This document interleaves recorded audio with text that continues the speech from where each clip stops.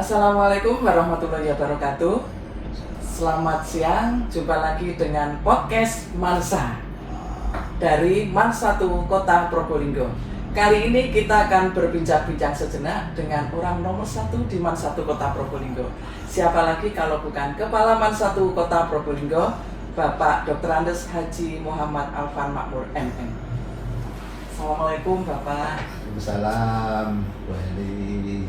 Iya, ini Bapak di sini kan baru 15 hari. Ya, 15 hari. Terhitung 15 hari. Terhitung 15 hari di Man 1 Kota Probolinggo. Nah, sebelumnya kan sepak terjang Bapak sebagai kepala di MTS, kemudian Man 2 dan akhirnya terjun ke Man 1 Kota Probolinggo. Mungkin bisa diceritakan sekilas Bapak. Oke. Terima kasih pemirsa Bu Heli selaku host di podcast Mansa Pro Bisa. Perjalanan saya menjadi PNS di Kementerian Agama itu sejak 1997. Dan saya jadi guru, 10 tahun jadi guru, usia 40 tahun baru dilantik menjadi kepala madrasah di Sanawiyah Negeri Mangil.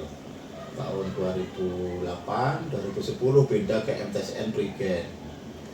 2 tahun di Prigen, pindah lagi, mutasi lagi ke Man Bangil. 4 tahun berjalan di Man, karir saya di Man mulai dari Man Bangil. Setelah 4 tahun, saya ke Man 2 Kota Probolinggo. 9 tahun, tidak sedikit ya, 9 tahun ada di Man 2 Kota Probolinggo. Baru sekarang saya ada di Man 1 Kota Probolinggo. Ya, akhirnya ketemu di Man 1 Kota. Akhirnya bisa ketemu di Man 1 Kota Probolinggo dengan masa bakti mungkin 1 periode saya di sini. Oh, gitu. Setelah itu purna. Jadi ada kenangan di Man 1 Kota Probolinggo. Ada kenangan. Ya. Terus Bapak, ketika Bapak pertama kesini mungkin Man 1 Kota Probolinggo, mungkin lihat SDM-nya, kemudian fasilitas juga lingkungannya. Mungkin dari hati Bapak ya, hati nurani paling dalam, punya visi dan misi tersendiri. Bagaimana supaya Man 1 Kota Probolinggo lebih maju. Jadi sekali lagi, ketika saya masuk di Man 1 Kota Probolinggo, itu perjalanan saya hampir sama mirip ketika saya masuk di Man 2 Kota Probolinggo awal pertama kali masuk. Tapi kalau dilihat SDM ketika saya masuk di Man 2 Kota Probolinggo dengan di Man 1 Kota Probolinggo, itu lebih bagus di Man 1 Kota Probolinggo. Lebih bagus karena satu, PNS-nya sudah banyak, terus P3K-nya sudah banyak. Beda ketika saya masuk di Man 2 Kota Probolinggo, PNS-nya cuma 30, itu pun sudah banyak yang mau expired, sudah banyak yang mau purna dan sebagainya. Istilah orang Jawa itu mau digenjot atau dipush itu kurang begitu maksimal, sehingga saya memfungsikan banyak GTT. Nah, sekarang saya di sini sudah ready semua. Potensi di dalam Man 1 Kota Probolinggo ini sudah banyak. Hanya tinggal saya datang ini cuma hanya pemantik saja, Makanya saya belajar dari ilmu manajemen, siklus manajemen pendidikan. Nah, itu perlu kita kembali ke situ ketika dulu kita kuliah. Jadi siklus manajemen pendidikan itu ada 5, kan? POAC ya kan. Jadi POACE, ya, POACE kalau istilahnya. P itu planning. Setiap saya masuk kemana-mana, ke lembaga manapun, ketika saya jadi kepala madrasah, pasti saya planningnya apa di lembaga ini, apa yang diinginkan di sini, mau dibawa kemana Man 1 Kota Probolinggo, kan gitu ya.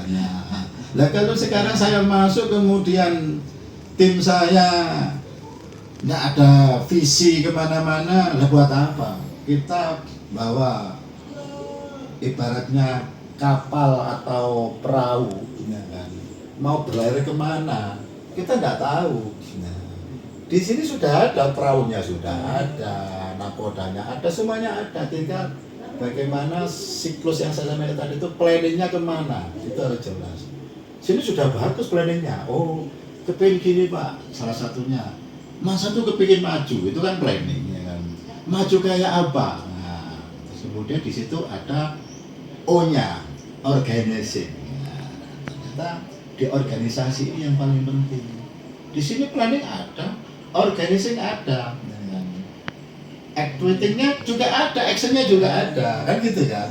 Kemudian begitu masuk ke evaluasi ya kan, nah, controlling, kemudian evaluasi, ini harus kembali lagi. Ternyata yang saya lihat siklusnya kembali, harusnya dia tidak kembali, dia kembali lagi. Ternyata di sini adalah di organizing-nya. Makanya saya sebelum masuk itu sudah diminta oleh Bapak Kepala Kemenak, gimana Pak Alban untuk MAN 1? Di MAN 1 itu Pak organizing yang perlu dibenahi, bukan dibenahi ya, ditata. Nah, contoh salah satunya apa? Visinya tidak jelas. Nah, karena itu saya masuk di sini, yang saya bawa adalah bagaimana menajamkan visi yang ada di sini. Apa visi di sini? Saya sampaikan pada beliaunya bahwa MAN 1 Kota Probolinggo ini sudah bagus Pak, tinggal membenahi divisinya. Oke, saya percaya Pak Alban, oke saya benahi, saya siap. Nah, di sini saya berapa kali saya bilang ketika saya masuk di lembaga ya saya lihat ada visi. Visi itu utama, visi itu cita-cita, visi itu impian. Mau dibawa kemana itu kita visi, ya kan gitu kan. Nah, kepala madrasah harus punya visioner. Ke depan mau dibawa kemana ini lembaga ini. Sama dengan ketika saya masuk di MAN 2 Kota Probolinggo. Pesaingnya adalah SMA Negeri 1, SMK. Dalam kondisi gedung carut marut, dalam kondisi juga tidak maksimal. Akhirnya apa? Visi yang saya bangun, saya buat mutu dulu. Karena mutu itu adalah bisa mencapai pada visi. Nah, apa mutunya sana? Saya tempelkan di pintu gerbang. Sini nanti moto itu akan saya tempelkan, saya ukir di relief. Nah, ini baru dikerjakan. Apa motonya? Saya kembalikan bahwa MAN 1 Kota Probolinggo dulu pernah eksis, dulu pernah jaya. Namanya MAN Sapro. Nah, saya hanya pemantik saja. MAN Sapro bisa. Wah, bisa ya. Mungkin Nah, ada akronim apa? Nah, bisa akronim, ini ya. orang mengatakan oh bisa, bisa segalanya. Ya. Bisa prestasi, ya kan, bisa maju, bisa muridnya banyak, bisa segala-galanya. Nah, bisa di sini adalah moto yang saya bangun untuk mengembangkan visi. Nah, apa bisa itu? B bermutu. Nah, ini kan luar biasa. Bermutu segalanya, gurunya harus potensi bermutu, murid yang dididik harus bermutu, materi yang disampaikan harus bermutu, ya kan? Kemudian performa lembaganya harus kelihatan bermutu, sarana prasarana harus bermutu. Nah, ini B. Kemudian I-nya, kalau kita ingin bermutu, otomatis kita harus berinovasi. Inovasi itu kan bukan hal yang baru. Bukan hal yang baru, yang ada di packing untuk bisa menjadi sesuatu yang baru. Gitu. Di sini ada semua, ada semua, gitu, ada semua, gitu loh. Inovasi, kita butuh tenaga guru dan kependidikan yang berinovasi. Alhamdulillah saya ketemu dengan Mas Heri, ketemu yang lain. Ini luar biasa, tenaga muda yang akan saya manfaatkan semuanya untuk memajukan MAN 1 ini. Seperti ada Bu Vivi, ada Pak Malik, ya. Makanya program saya nanti mengacu ke tim-tim saya, tim begini nanti. Nah, inovasi. Ketika kita sudah bermutu, berinovasi, kita kan juga kepingin sukses. Nah, S-nya sukses. Mencapai sukses tidak bisa kepala madrasah sendirian. Mencapai sukses, kita harus punya teamwork yang menjadi super team. Bangun super team ini yang kadang-kadang ya mohon maaf kanan kiri harus kita lihat, depan belakang kayak apa. Ternyata saya membangun sistem untuk tim super team ini cukup 1 pekan saja kemarin selesai. Dengan saya membuat rapat perdana, dengan saya awal dengan khutbah Quran, dengan doa, ternyata Allah memberikan hidayah, semuanya ikut semua, luar biasa. Daripada saya di MAN 2 dulu masih belum selesai. Jangankan 1 minggu, 1 pekan. Saya 1 tahun, 2 tahun sana itu. Baru bisa tim terwujud dan istilahnya guyub lah. Ya. Yang penting itu tim ini, lembaga ini adalah guyub dulu. Nah, yang terakhir kalau nanti kita sudah maju, kita ini kan diberi amanah. Pekerjaan itu dinas apapun, jabatan apapun amanah. Jangan sampai ini kita terlantarkan atau kita nomor 3 kan. Kalau saya orangnya memang kalau dinas ya dinas. Kalau memang tidak dinas, saya enjoy. Jadi bisa itu di setelah moto yang membangun menuju visi. Apa visinya? Belum saya pernah tunjukkan kan visi di sini. Nanti itu akan muncul di podcast ini. Visi di MAN 1 Kota Probolinggo. Nanti misinya biar teman-teman yang mengembangkan. Apa itu? Terwujudnya peserta didik bisa dan berbudaya lingkungan. Luar biasa. Jadi bisa tadi disingkat, tapi nanti dipanjangkan. Jadi terwujudnya peserta didik kan enak, hafal semua nanti ya kan. Bisa dan berbudaya lingkungan. Ternyata bisa di sini terwujudnya peserta didik bermutu, inovasi atau inovatif, sukses, amanah dan berbudaya lingkungan karena di sini sudah diwiata. Harus ada itu muncul. Visinya kayak apa? Silakan mereka kembangkan. Salah satu yang sudah saya sampaikan pada wali murid tadi ini memang harus saya sampaikan ya kan. Apa itu? Program terkait dengan tartil Al-Qur'an.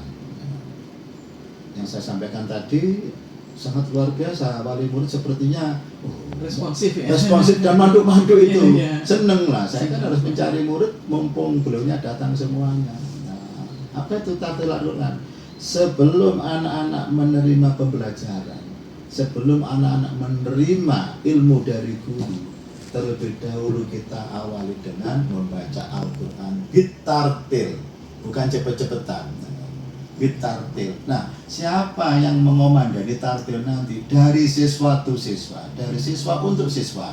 Nah, gurunya boleh ikut, boleh ikut ngaji. Nah, jadi nanti akan dimasukkan speaker pusat, anak-anak ikuti semuanya di kelas. Jadi memberdayakan siswa. Pemberdayaan siswa, dia punya ilmu tauhid, dia merasa diorangkan. Oh, saya ternyata bermanfaat sama teman-teman saya di depan teman-teman yang lain, dia bangga. Nah, yang lainnya ikut membaca Al-Quran by HP. Jadi 15 menit cukup. 15 menit kalau saya hitung antara 20 sampai 25 ayat. Tergantung ayat yang dibaca. Kalau pendek-pendek ya sampai 30, 25. Kalau panjang itu bisa jadi 20, 22. Itu kalau kita rutin setiap hari, 1 pekannya 5 hari, 1 bulannya berarti ada 20 hari, maka 6.666 ayat Al-Quran dalam 1 Al-Quran akan bisa selesai khatam untuk anak-anak ini kurang lebih 1 tahun lebih 3 sampai 4 bulan. Biasa, jadi belum lulus sudah khatam dulu kan? Belum lulus sudah khatam. Khatam dengan dirinya sendiri loh ya. Ini khatam dengan sendiri Allah, memang anaknya niat. Saya yakin nanti ilmunya barokah dan saya yakin Allah membuka hidayah untuk anak-anak di sini, dan saya yakin anak-anak juga akan mendapatkan ilmu-ilmu yang bermanfaat di sini. Kita dahulu dengan Al-Quran. Al-Quran itu penting. Nah, program yang satunya yang akan kita terapkan di semester genap nanti yaitu program kegiatan KJS, kegiatan Jumat Sejati. Kita Jumat, anak-anak Jumat berkah, anak-anak diajari untuk ngaji bersama, ada yang yasinan. Coba kita packing seperti ini. Apa itu? Jumat kegiatan Jumat Sejati. Apa sejati itu? Sehat jasmani dan hati. Maunya itu jasmani rohani. Kalau disingkat sehat jasmani dan rohani, bukan sejati, sejati. Enak sejati. Ya, kalau sejati, orang itu pengen terus. Oh, sejati, sehat jasmani dan hati. Rohani kan ada sentuhan dengan hati. Ya, salah satunya programnya ada 3 titik kelompok misalkan di situ, atau paralel kelas 10, 11, 12. Kelas 10 di situ sehat jasmani dulu, apa bisa senam sesuai dengan kurikulum yang terbaru. Anak disuruh sehat, ya kan? Apalagi kurikulumnya KPC, kurikulum berbasis cinta, ya kan? Situ anak sehat dulu. Mensana in corpore sano, sehat dulu. Kalau sudah sehat, badannya atau raganya, saya yakin jiwanya nanti sehat. Nah, jiwanya supaya sehat, diajak ikut tausiah di musola. Nah, apa itu? Silakan nanti Bapak Ibu guru membuat materi tausiah untuk anak-anak. Cukup kultum saja, kuliah 7 menit. Nah, atau kita nanti manggil dari tokoh-tokoh masyarakat di sini. Atau kalau tidak ada itu, anak diisi istighosa, kegiatan-kegiatan yang berbau spiritual. Nah, atau sholawat nariyah, atau yasinan, atau apapun. Di situ menunjang KBC, cinta kepada Allah, cinta kepada Rasul, cinta kepada sesama. Masuk semua di sini ada semua. Di madrasah itu malah mendahului kurikulum terbaru itu, cuman packingannya kita tidak ngerti. Yang terakhir, kegiatan yang terakhir adalah khutbul Quran. Saya kepingin setiap kelas di sini itu anak-anak bisa mengatakan satu Quran dalam 1 minggu, ngaji bersama-sama 1 juz 1 juz. Sama dengan Bapak Ibu guru ketika mau rapat perdana kemarin, malamnya kita sampaikan, ayo siapa yang pegang juz ini, juz 1, 2 sampai 30 khatam, nanti kita doa khutbul Quran itu luar biasa, mustajabah, dan sudah saya buktikan. Sudah saya buktikan di situ. Kita minta apa, hajat apa yang kita lakukan, semuanya di situ Allah pasti mendengar, pasti didengarkan. Jangankan Allah sudah di situ, di doa itu sudah ada. Kalau diartikan ketika kita membaca tidak jelas, kurang benar dan sebagainya, Allah sudah membenarkan. Ketika idharnya salah, udhomnya salah, apapun salah, itu sudah tidak dianggap oleh Allah, sudah dikatakan kholas, sudah betul. Nah, apalagi membacanya benar. Kan gitu kan, logikanya seperti itu. Jadi Mansa Pro bisa, ya tadi itu visinya sekarang terwujudnya peserta didik bisa dan berbudaya lingkungan. Luar biasa. Kemudian gini Bapak, yang saya sampai tercengang mendengar misi-misinya yang luar biasa. Kemudian dari sekian program Bapak, mungkin ada lagi program lain ya. Kalau saya simak tadi itu prioritas ya. Prioritas karena hubungannya dengan yang di atas. Ya. Nah sekarang program berikutnya yang mungkin Bapak melirik di sini belum ada, tapi katanya Bapak tadi hanya pemantik saja yang diperlukan. Mungkin ada salah satu program atau mungkin beberapa program yang akan dilaksanakan dari Bapak, bagaimana? Semester genap nanti di samping tadi yang berkaitan dengan religius, kita tidak bisa lepas dengan religius. Dan menurut Bu, kita masuk di sini itu sudah ada aura positif dan negatif. Bagaimana aura yang positif itu tambah positif, aura negatif itu dijauhkan dari kita. Aura itu ya hanya orang yang bisa melihat aja yang tahu. Nah itu kita husnudon dan Allah pasti akan menolong kita. Ada program yang akan saya luncurkan nanti di semester genap, dan ini supaya calon-calon siswa baru nanti itu akan mendengar apa itu. Kita langsung kerjasama dengan pihak ITS. Kolaborasi dengan ITS, kita MOU dengan, dan saya sudah komunikasi. Silakan Pak Alpan, saya tunggu di ITS untuk kerjasama dengan bidang prodistik. Apa prodistik itu? Jadi prodistik adalah program terapan bidang ilmu teknologi dan informatika. Kita kepingin Man 1 ini ada semua, ibarat alat ini ada semua, tapi bisa nggak kita memanfaatkan alat ini semaksimal mungkin? Kita hanya HP paling untuk WA, melihat TikTok. Apa kita tidak kepingin bagaimana kita membuat TikTok?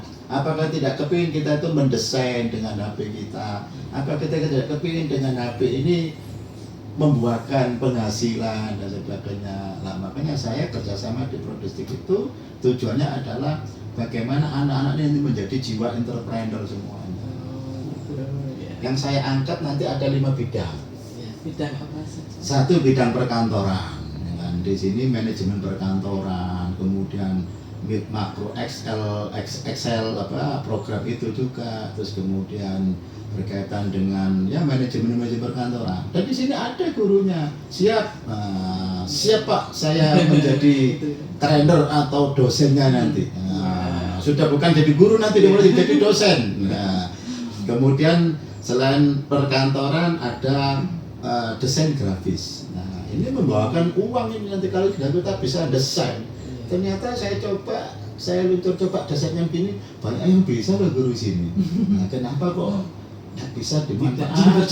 Tidak diberdayakan, gitu loh. Jadi ini desain grafis. Kemudian program yang ketiga adalah editing video. Nah, itu nanti masuk di sinematografi. Jadi sinematografi itu anak nanti diajari bagaimana mengedit, bagaimana dia nyoteng, mengedit, kemudian menjadi sebuah film atau sebagai video yang bermanfaat. Maunya kita lombakan seperti vlog, kan juga mengedit juga kan, vlog juga berkaitan dengan itu juga, editing itu. Nah, itu.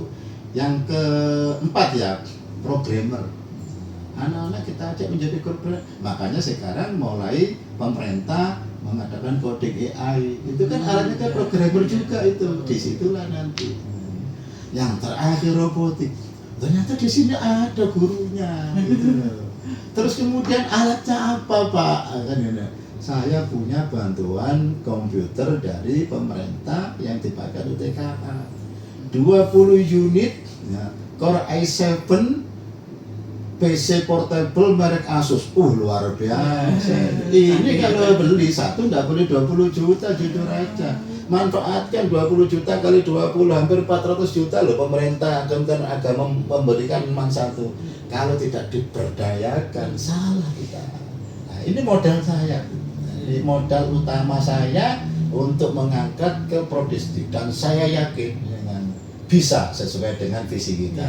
Mansa Pro bisa IT, bisa apa saja, bisa ngaji, ya kan? Ya, ternyata tadi kita sampaikan kepada wali murid, ternyata mendukung semua, mendukung dan siap untuk mensupport. Nah, ini kan luar biasa. Makanya saya minggu depan ini, insya Allah Rabu sudah ditunggu ITS, saya harus berangkat ke sana untuk melaksanakan awal MUI. Dari sekian program itu Bapak ya, tadi ada ya dunia kena, akhirat kena. Jadi teknologi tapi yang teknologi yang religius. Jangan teknologi yang kebablasan. Strategi Bapak sekarang ya, strategi Bapak kepada guru ya, kami sebagai guru, kemudian ke tenaga kependidikan, juga wali murid, dan tidak kalah penting ke siswa. Itu strategi apa yang digunakan Bapak untuk meningkatkan MAN 1? Kayaknya gregetnya Bapak luar biasa ya. Jadi bagaimana supaya kami ini juga 100% kami mendukung, supaya majunya pesat gitu loh. Dengan bimbingan Bapak, strateginya bagaimana? Jadi strategi itu semua orang bisa, semua orang bisa. Cuma kadang kita melihat kondisi lingkungan berbeda-beda. Saya masuk di sini, strategi pertama yang saya awali adalah bagaimana kita merangkul semua GTK guru dan tenaga kependidikan. Jadi langsung saya rangkul semua dan saya langsung kenal semuanya. 1 hari, 2 hari, saya target tidak sampai 1 pekan selesai. Ternyata selesai beneran. Ternyata Bapak Ibu guru dan tenaga kependidikan sini ternyata ingin maju MAN 1. Kepingin. Nah, ayo kalau kepingin maju, tolong satu, jangan ada yang sikut-sikutan di sini. Karena saya ini ahli nyikut ya. Tolong jangan sikut-sikutan. Saya paling orang yang tidak suka kalau saya masuk di sini sikut A, sikut B. Karena di sini kan sudah pernah ada beberapa kepala madrasah yang ada di sini. Otomatis kalau hampir 1, 2, 3, 4, 5 saya mungkin ya, 4 saya. 5 atau keberapa saya ini teman? 5. Iya kelima betul kan ya. Kelima saya ini, saya yakin guru-guru yang ketika kepala madrasah yang pertama, kedua, ketiga, keempat masih ada di sini. Dan itu yang akan kita rangkul semuanya. Kita ambil ilmu pengalamannya dulu. Ketika sampean dulu mengawal kepala yang ini, kayak apa sampean? Saya hanya gali aspirasi saja.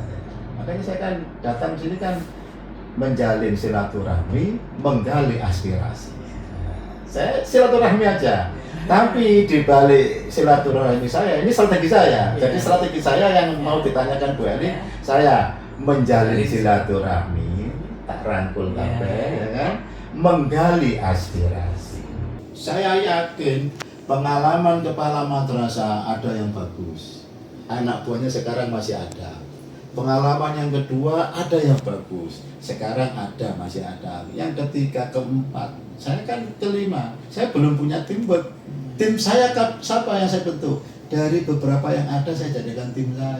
Coba dilihat gabungan semua. Nah, itu strategi saya. Jadi menjalin silaturahmi, menggali aspirasi. Aspirasi sekarang sudah saya gali. Saya wujudkan visi, saya wujudkan mutunya, ya kan? Sudah mulai saya masuk pada manajemen di organizing. Salah satunya ada waka, ada staff. Nah, saya tidak menghilangkan waka. Yang senior kita hormati, yang junior mendampingi. Sehingga tidak ada kata sikut menyikut. Tapi kalau nanti ada, saya ahli nyikut masalahnya. Jangan sampai saya menggunakan pasal bergetut untuk nyikut. Ini guyon, ini guyon. Nah, ini dalam rangka apa? Biar guyup. Kalau sudah guyup, ya kan, ini kata orang tua saya. Ini kan rumah tangga ya. Saya punya rumah tangga. Ini adalah rumah tangga saya besar. Jadi Man satu ini adalah rumah besar saya, ya kan? Rumah besarnya Bapak Ibu rumah tangga yang ada di rumahnya masing-masing. Kenapa saya katakan ini rumah besar kita? Karena sandang pangan kita ada di sini.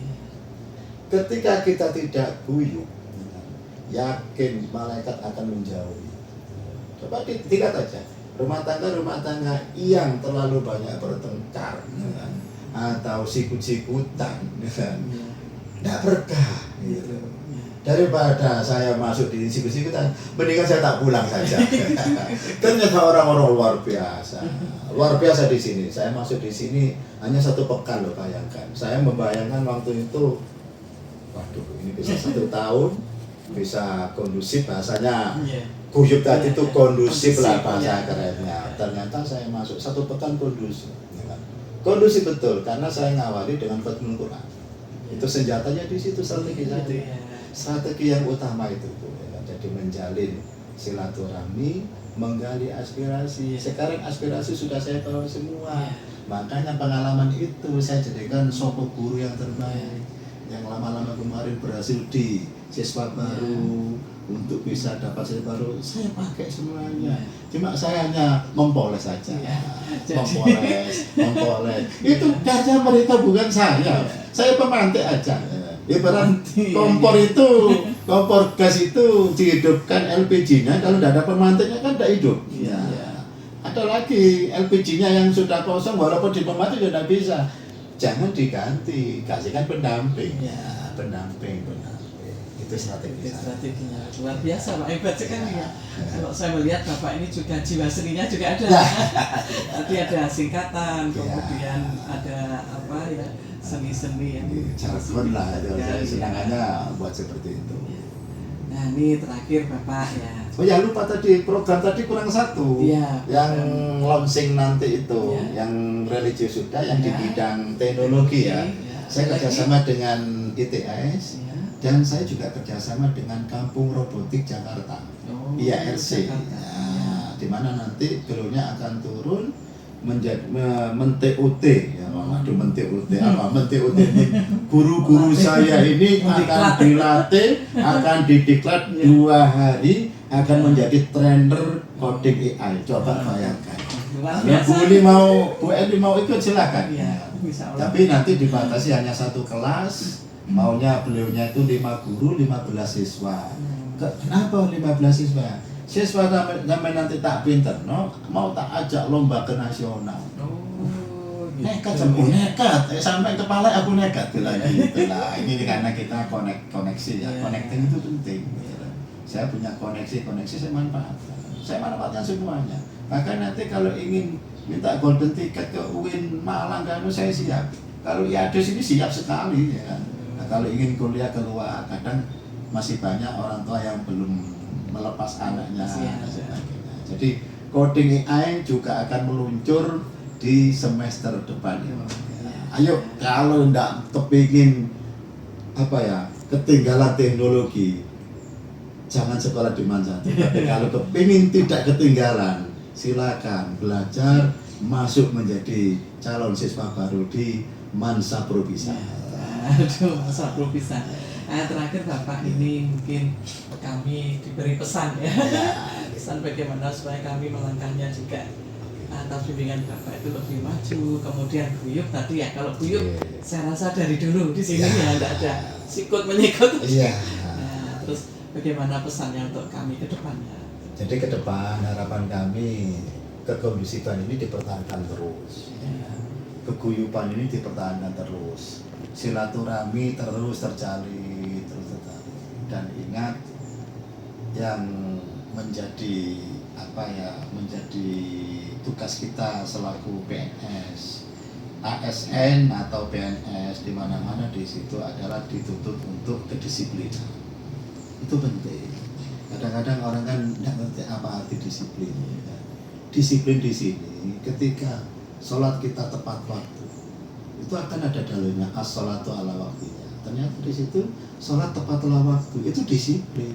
Jangan tidak disiplin. Salah satunya. Nah, jangan karena ada kepala madrasah kita hadir takut kalau tidak datang awal atau tidak terlambat, kita takut dari kepala jangan. Kita takut ini ada malaikat kanan kiri ya. Kita datang kalau memang kita hadir tepat waktu karena saya ini abdi negara, digaji oleh negara, sandang pangan kita di sini. Kalau saya tidak tepat waktu, saya tidak disiplin, saya tidak memajukan lembaga ini, maka dosa besar. Karena kita digaji. Nah, kita punya hak. Jangan hanya nuntut haknya saja, lupa kewajiban. Laksanakan kewajiban, hak kita diberi, dan disitulah muncul keberkahan kalau kita disiplin. Kalau tidak usah kita marahi. Saya tidak akan marahi personil GTK, guru dan tenaga pendidikan di sini yang mohon maaf tanda petik yang tidak pernah masuk, tapi di sini masuk semua, atau datang terlambat atau keluar nanti kembalinya check out ya kan, check in kemudian check out, itu tidak saya permasalahkan. Biar dirinya sendiri yang menilai. Dia kan punya nurani. Coba tanyakan, apakah itu pantas saya datang jam sekian? Apakah pantas saya pulang jam sekian? Disitulah kita lihat lagi, apakah sudah berkah gaji yang kita terima. Kalau kurang berkah, berarti ada yang salah apa yang saya lakukan. Itu masuk salah satu disiplin tadi ya. Itu aja. Yakin kalau kita disiplin, kita memberi contoh uspa kepada disiplin. Jangan menunggu 2 tahun. Mansapro 1 tahun bisa jaya lagi. Semangat ya Bapak ya. Semangat ya, saya masuk semangat. Iya. Terima kasih Bapak sudah panjang lebar kami. Nggak terasa berapa menit tadi? Sudah hampir jam 1 pas ini ya. Jadi semua ilmu yang Bapak berikan kepada kami termasuk pesan dan amanatnya akan kami laksanakan sebaik-baiknya. Kemudian itu semua kan demi kemajuan masyarakat Kota Probolinggo. Jadi Bapak misalnya nanti Purna itu sudah ada semangat tersendiri bisa maju gitu. Alhamdulillah, saya hanya melihat ketika saya sudah Purna. Ya terima kasih ya Pak. Sama-sama Bu Ali. Sobat podcast Mansa, demikian tadi bincang-bincang kita ya yang luar biasa ya, dari amanat, saran, visi dan visinya luar biasa ya. Kelihatan kalau Bapak Kepala Mansa Kota Probolinggo ini visioner sekali. semua pekerjaan, semua tindakan itu pasti ada follow up-nya. Itu dari Bapak dan tidak melupakan keguyuban dan kedisiplinan. Terima kasih, sampai jumpa lagi. Wassalamualaikum warahmatullahi wabarakatuh. Waalaikumsalam warahmatullahi